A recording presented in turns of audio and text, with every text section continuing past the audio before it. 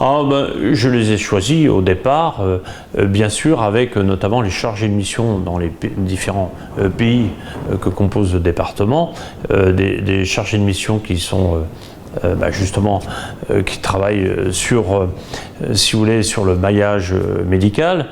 Et puis bien sûr l'ARS, et puis tout simplement l'ordre des médecins. Et c'est ensemble, finalement, qu'on a travaillé sur un maillage. Alors aujourd'hui, il évolue ce maillage, puisque on peut arriver sur des situations urgentes. J'ai eu le cas dernièrement dans une commune où il y avait 3 médecins et d'un seul coup il n'y en a plus. Donc là, on est intervenu d'une manière urgente. Et puis sinon, on s'adapte.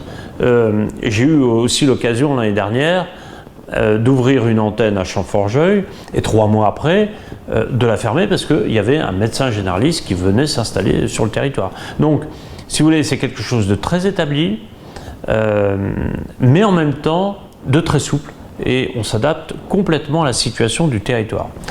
Je l'ai toujours dit depuis le début, je ne viens pas en concurrence à la médecine libérale, ça serait complètement aberrant, je viens en complément et en soulagement.